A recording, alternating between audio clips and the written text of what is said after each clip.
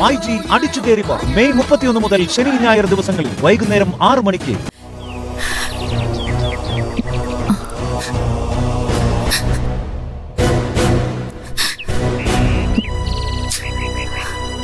ചേച്ചി, എന്താ ചേച്ചിയുടെ പ്രശ്നം?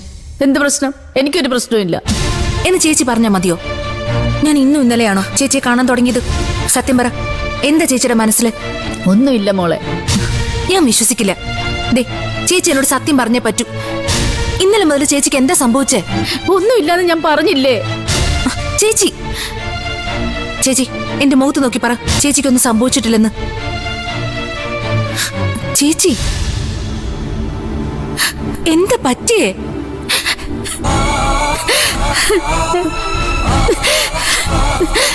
മോളെ, ചേച്ചി, കാര്യം എന്താന്ന് പറ.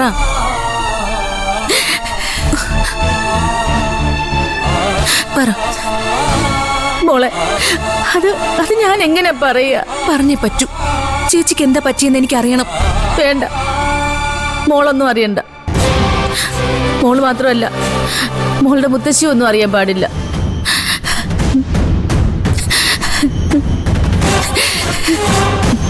മുത്തശ്ശി അറിയണ്ട, പക്ഷെ എനിക്കറിയണം. പറ, എന്താ ഈ മനസ്സിൽ? ചേച്ചിയോട് ഇവിടെ ആരെങ്കിലും മോശമായിട്ട് പെരുമാറിയോ? അയ്യോ, ഒരിക്കലും ഇല്ല. പിന്നെ എന്താ ഉണ്ടായത്? മുത്തശ്ശിയെ കാണാൻ തുടങ്ങിയ കാലം മുതൽ ഞാൻ ചേച്ചിയും കണ്ടു തുടങ്ങിയതാ. മനസ്സുകൊണ്ട് ഇന്നോളം ഞാൻ നിങ്ങളെ രണ്ടായിട്ട് കണ്ടിട്ടില്ല. ചേച്ചി എന്ന് വിളിക്കുന്നത് 100% ആത്മാർത്ഥതയോടെയാ. തിരിച്ചും ചേച്ചിക്ക് ആ ആത്മാർത്ഥത ഉണ്ടെന്ന എന്റെ വിശ്വാസം. ചേച്ചിക്ക് എന്നോട് എന്തും പറയാം. ഞാൻ ആരോടും ഒന്നും പറയില്ല. പറ, എന്താ ചേച്ചിക്ക് പറ്റിയ? മോളെ, നമ്മുടെ വീട് ആകെ തകർന്നു. തകർന്നല്ല, തകർത്തതാ. ആര്? ആ പെണ്ണ് പൂജ. ചേച്ചി എന്തൊക്കെ ഈ പറയുന്നേ? മോളെ, ഒരിക്കലും കാണാൻ പാടില്ലാത്ത ചിലത് ഞാൻ കണ്ടു. നമ്മൾ വിചാരിക്കുന്ന ആളൊന്നും അല്ല അവള് മഹാപിഴയാ. ചേച്ചി, അതേ മോളെ. അവളുടെ വയറ്റിൽ കിടക്കുന്ന നമ്മളുടെ ആദ്യമോന്റെ കുഞ്ഞല്ല. ഞാനെല്ലാം പറയാം. നിന്റെ വയറ്റിൽ കിടക്കുന്ന കുഞ്ഞ് എന്റേതല്ലേ?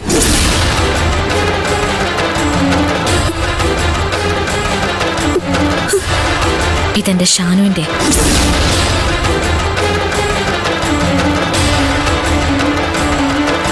എന്റെ കുഞ്ഞിന്റെ പേരിൽ അവൻ എന്തവകാശമുള്ളത്?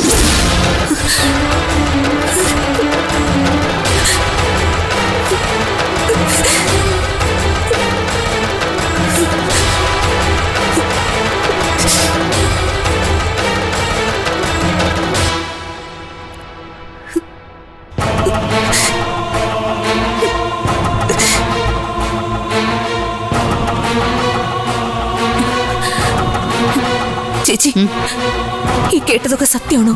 അതേ മോളെ, അവള് നമ്മളെയൊക്കെ പറ്റിക്കായിരുന്നു. ഷാനു അവരുടെ വീട്ടുകാരും ഒക്കെ പറഞ്ഞത് സത്യ. നമ്മുടെ ആദിമോനല്ല അവളുടെ യഥാർത്ഥ കാമുകൻ. പിന്നെ ഇതിലെന്താ കാര്യം? അതെനിക്കറിയില്ല. ഈ നാടകത്തിൽ ആർക്കൊക്കെ എന്തൊക്കെ പങ്കുണ്ടെന്ന് എനിക്കറിയില്ല മോളെ. പക്ഷേ ഒന്നെനിക്ക് ഉറപ്പാ, മുത്തശ്ശി മോളും ഞാനും ഒക്കെ ഇതുവരെ പറ്റിക്കപ്പെടുവായിരുന്നു. മുത്തശ്ശി പറയുന്നത് പോലെ പൂജ ഈ വീട്ടിലെ നിലവിളക്കല്ല, കരിവിളക്ക. അവള് മഹാലക്ഷ്മിയല്ല, ചെമ്പകശ്ശേരി തറവാട് നശിപ്പിക്കാൻ അവതരിച്ച കരിമ്പൂതവാ. ഇത്രയും പെട്ടെന്ന് അവളെ അടിച്ച് പുറത്താക്കിയില്ലെങ്കിൽ ഈ കുടുംബം തകർന്ന് കുട്ടിച്ചോറാകും.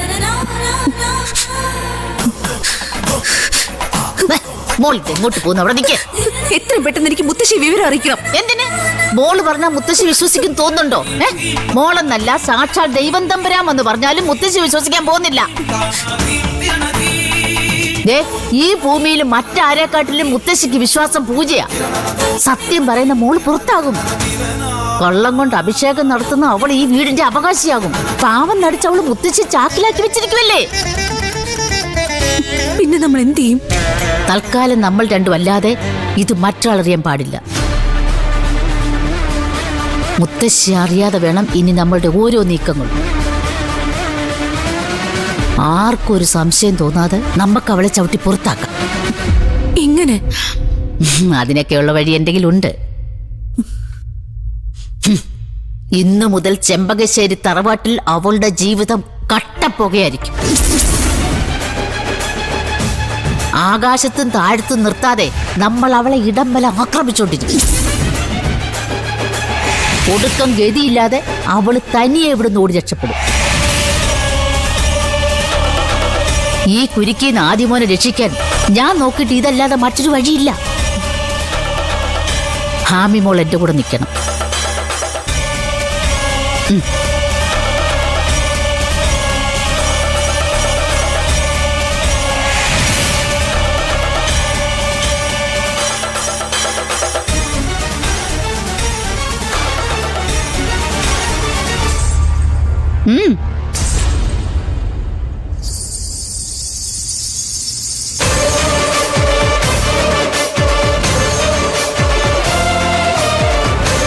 ഞാനുണ്ട്.